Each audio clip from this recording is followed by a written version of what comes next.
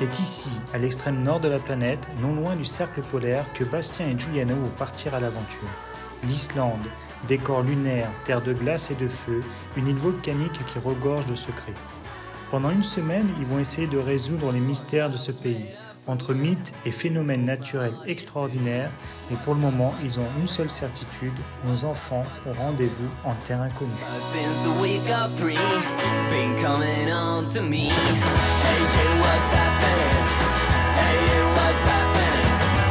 I bet you wanna sleep with me. I bet you're already been trying to seduce me for an hour or more.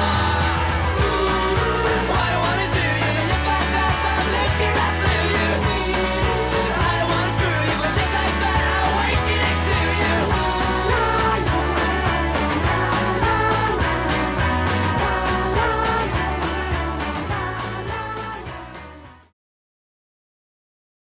Cette année, on a eu un drôle de cadeau de Noël. Pas de jouets, mais une invitation à l'aventure. Et pas n'importe quelle aventure, nous partons à la découverte d'une île volcanique proche du cercle polaire. Il paraît que là-bas, il y a des phénomènes géologiques extraordinaires, des légendes, un autre monde habité par des elfes.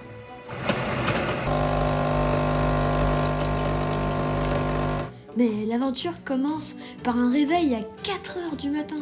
Le café était indispensable pour nos parents. Les enfants, l'aventure commence. Nous aussi, on aurait bien pris un café. C'est le départ. Ça va? C'est parti. C'est parti.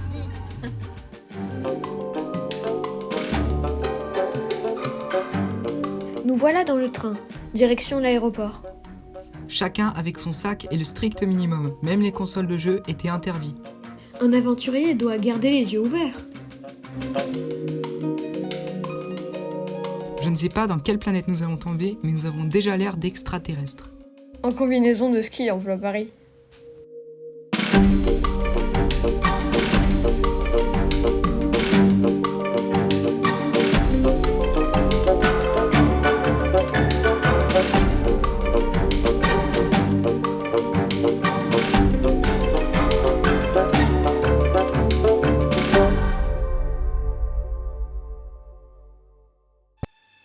Pas évident de se réveiller.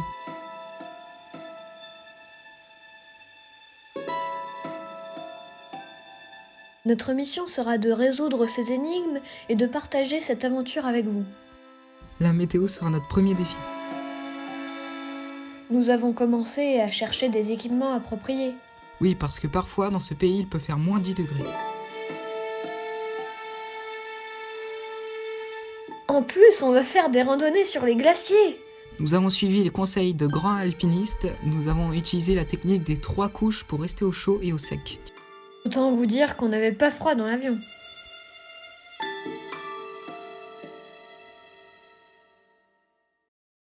Direction l'Islande. C'est une des îles les plus jeunes de la planète, avec une activité volcanique forte car elle est issue du frottement entre 2 plaques tectoniques. Enfin, on reviendra là-dessus. En survolant cette île, nous avons l'impression d'arriver sur la Lune. Un sol blanc et gris des cratères et aucun signe de vie. Ici, les volcans se réveillent tous les 5 ans, et certains restent actifs toute l'année. Après 3h40 de vol, nous posons les pieds en Islande, le pays des glaces en anglais. En arrivant, une chose m'a surpris. Il fait moins 10 degrés et aucune maison n'a de cheminée. En même temps, il n'y a pas beaucoup d'arbres non plus. Mais comment se chauffe-t-il ? C'est à Reykjavik que les Vikings ont découvert ce continent, comme nous. Une capitale étonnante qui ressemble à un grand village avec des maisons de toutes les couleurs. En Islande, la population totale équivaut au nombre d'habitants de la ville de Nantes. À notre arrivée, une tempête faisait rage. Le lendemain, la météo avait complètement changé. Comme le disent les habitants du coin, si la météo ne te convient pas, attends 5 minutes. La journée commence par un magnifique lever de soleil qui marquera le début de notre aventure. Notre première journée commence par un lieu incontournable. Une source pas comme les autres, appelée le Blue Lagoon. Pour ma part, c'était l'activité la plus redoutée, se baigner à l'extérieur alors qu'il faisait -6, Oui, mais l'eau est à 40 degrés. et bleue lumineuse entourée de roches noires volcaniques. avec de la fumée, on se croirait dans Thriller. Contrairement à la plupart des sources, ce lagon ne s'est pas formé naturellement. En fait, il s'agit d'un excès d'eau chaude provenant d'une centrale électrique. Ici, ils fabriquent de l'électricité avec de l'eau bouillante puisée dans le sol. Oui, ils les utilisent également pour chauffer leur maison. Voilà pourquoi il n'y a pas de cheminée. Savez-vous pourquoi elle est si chaude ? L'Islande est une île volcanique issue de 2 plaques tectoniques. Du coup, la croûte terrestre est beaucoup plus fine. Il suffit de creuser un petit peu pour atteindre les températures records. Par exemple, l'eau peut monter jusqu'à 200 degrés à quelques mètres. Il est même possible de cuire du pain en enterrant la pâte dans le sol. En gros, si on se sent bien dans cette source, c'est parce qu'il y a de la lave sous nos pieds. Et oui, en plus, il paraît que c'est très bon pour la peau. C'est sans doute dû aux minéraux, aux algues et aux bactéries. D'ailleurs, c'est les algues qui donnent cette couleur bleu laiteux. On vous conseille vivement d'y aller. Il y a même de quoi boire sans sortir de l'eau. Et c'est gratuit pour les enfants. Mais il faut réserver en avance. En route pour le parc national de Thingvellir.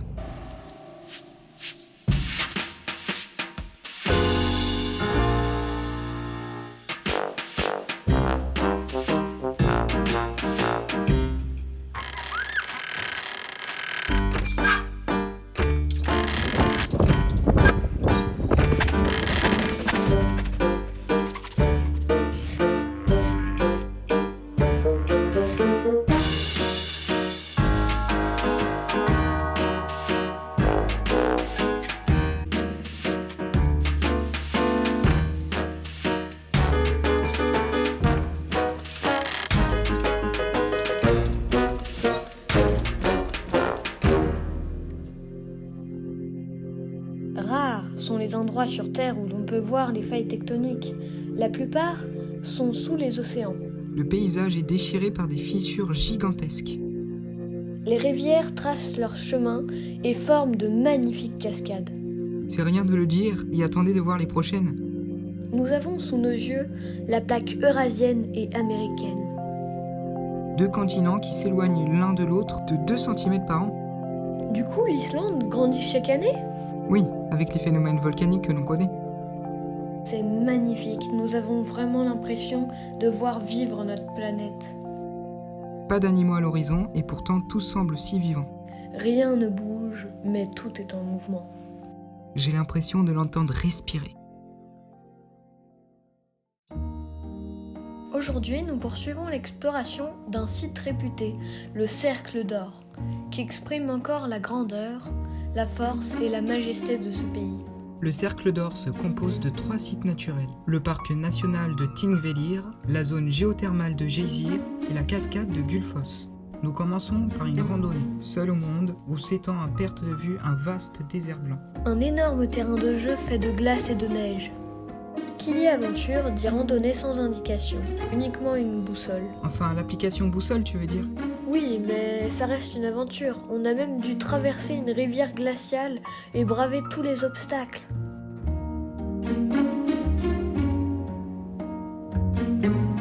Ce n'était pas évident. Les rochers étaient recouverts de glace, et il valait mieux ne pas tomber.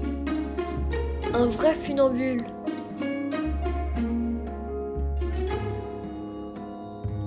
La météo, souvent capricieuse, était de notre côté et nous offrait un magnifique soleil. Quelle libération une fois de l'autre côté! Il ne nous restait plus qu'une centaine de mètres pour découvrir notre prochain lieu. Une grande rivière suivie d'une cascade. Appelez Broarfoss Waterfall et ne comptez pas sur moi pour traverser cet endroit.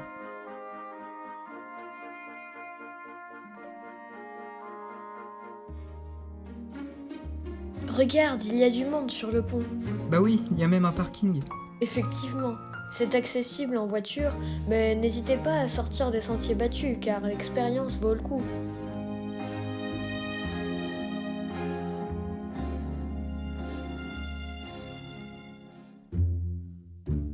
Changement d'ambiance, bienvenue à Geysir. Une autre planète, hostile, avec un sol bouillonnant et fumant. Des geysers jaillissants projetant à haute température et à haute pression de l'eau et de la vapeur. L'eau à la surface dépasse les 100 degrés. La croûte terrestre est tellement fine que tout semble prêt à exploser. La pression est tellement forte que les geysers monte jusqu'à 80 mètres avec une explosion toutes les 5 minutes environ. Non loin se trouve l'énorme cascade de Gullfoss. Haute de 32 mètres, la chute de Gullfoss est alimentée par les eaux du glacier. La chute est composée de 2 larges cascades qui plongent en zigzag dans les gorges. Dans un bruit assourdissant, elles produisent un nuage de vapeur scintillant. Partons dans un endroit plus calme, les îles Westman. Cet archipel est composé de 18 îles. L'île la plus au sud de l'archipel est la plus jeune du monde. Elle est née en 1963 d'une éruption volcanique. Cette île ne peut être visitée que par des scientifiques, car elle est étudiée pour voir comment la vie s'installe sur un continent vierge. Elles sont toutes inhabitées, hormis la plus grande. Les habitants vivent principalement de la pêche.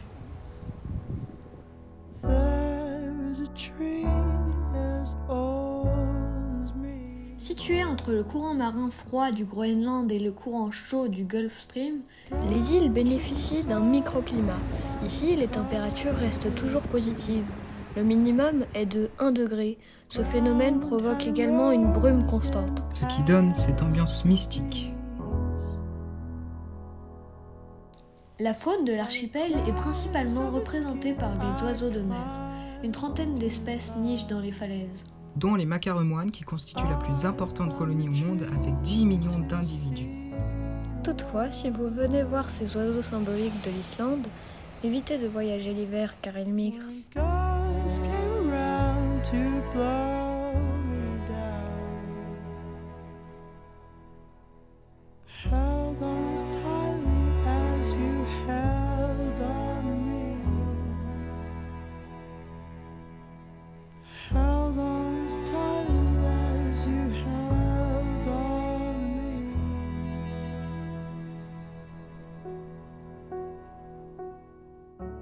Ce volcan appelé la Montagne de Feu est né subitement le 23 janvier 1973 en pleine nuit. Juste à côté des habitations, en prenant de court la population qui dut évacuer l'île. Ce fut spectaculaire, mais fort heureusement, aucune victime n'a été à déplorer.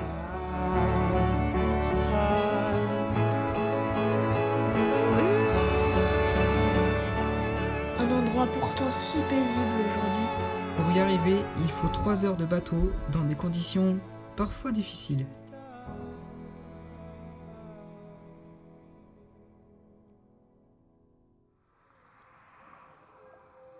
Nous voilà sur le Vatnajökull, le plus grand glacier d'Europe, un glacier aussi grand que la Corse. Just bend a lot, watch your head, and no one is claustrophobic. Attention à votre tête. Non? votre Ah, ok, tête, cool. si vous n'êtes Let's pas go in. claustrophobe. Nous avons commencé par une expédition incroyable. L'exploration d'une grotte de glace. Ici, on trouve des volcans sous-glaciaires. En 2010, le volcan Eyjafjallajökull est rentré en éruption sous la calotte. Sous l'effet de la chaleur, des torrents de glace fondue mêlés de cendres s'écoulent sur et sous le glacier. C'est comme ça que ce type de grotte se forme. Nous sommes à l'endroit même où ce torrent s'est frayé un chemin, entre le sol volcanique et la calotte glaciaire. On voit encore les traces de cendres dans la glace. L'éruption a créé un nuage énorme qui a recouvert l'ensemble de l'Europe. L'ensemble du trafic aérien a dû être arrêté.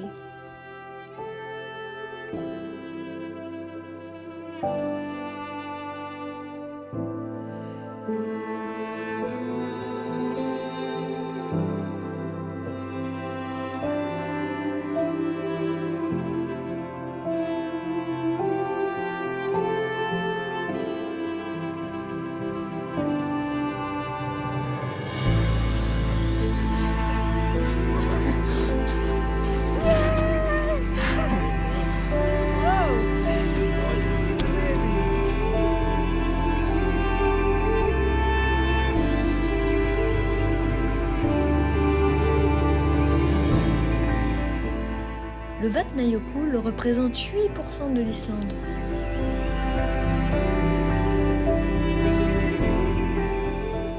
Les morceaux de glace provenant du glacier finissent par s'échouer sur une plage de sable noir. Cette plage s'appelle Diamond Beach.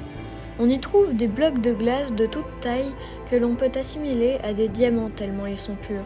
Les blocs sont lavés puis polis par les vagues avant de finir sur la plage, tels des diamants fraîchement taillés. Cette plage est orientée vers le sud-est, donc quasiment en face du lever de soleil. Le meilleur moment de la journée pour contempler ce paysage. Jouer avec de la glace sur la plage, c'est plutôt surréaliste.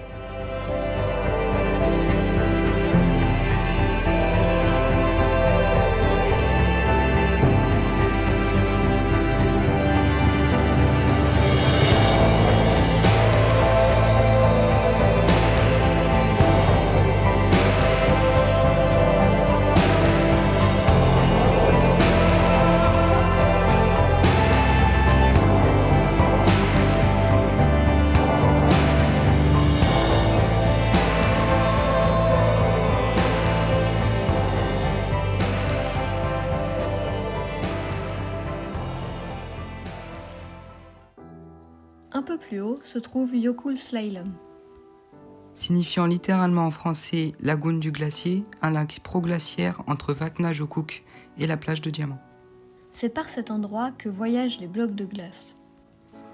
Nous sommes partis pour une longue randonnée loin de tout. Seul au monde. Ce glacier est l'une des premières victimes du changement climatique. Il a perdu 400 km² en seulement 20 ans.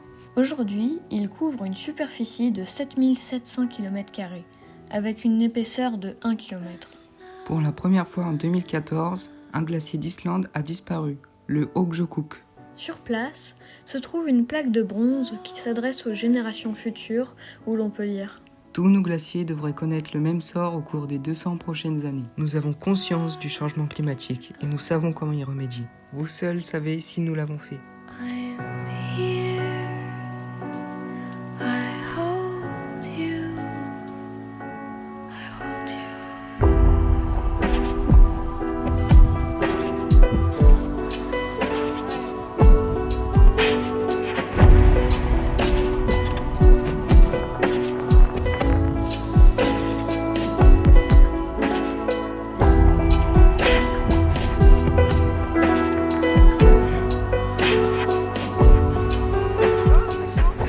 Un FaceTime avec ma grand-mère plutôt original.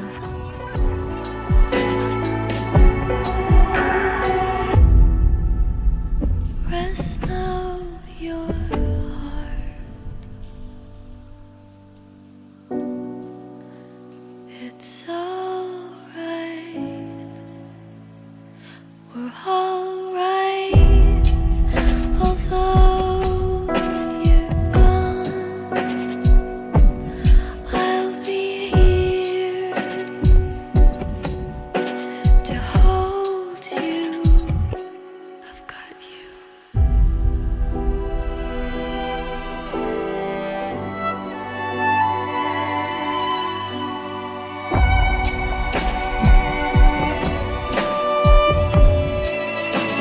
Skógafoss, l'une des plus célèbres cascades et des plus visitées du pays. La cascade de Game of Thrones pour ceux qui connaissent la série.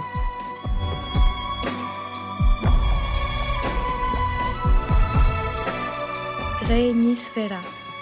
La légende raconte que ces pics rocheux sont des corps figés de trolls n'ayant pas réussi à éviter la lumière du soleil. On a le sentiment de se promener dans un rêve. D'ailleurs, ce n'est sans doute pas pour rien que la plage se trouve dans le classement des 10 plus belles plages au monde.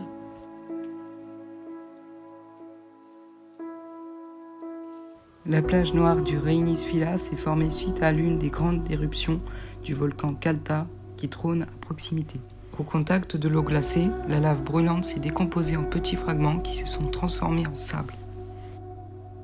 Ce site hors du commun vous offre l'occasion d'admirer la roche volcanique d'Islande sous toutes ses formes.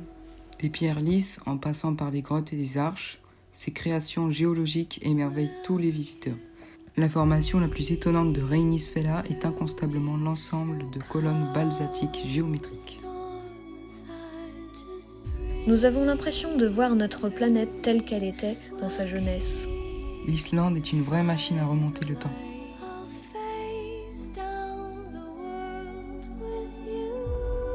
L'aventure se termine en apothéose. La tête plein de souvenirs. Et l'envie plus que jamais de prendre soin de notre planète.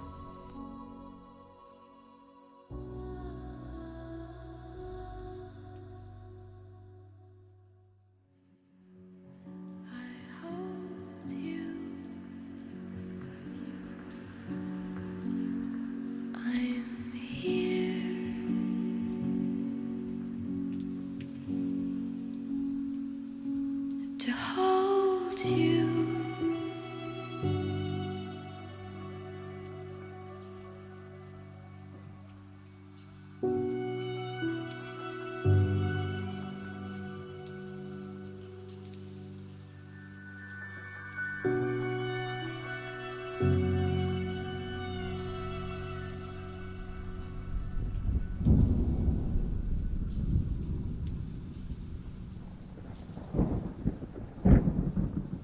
Will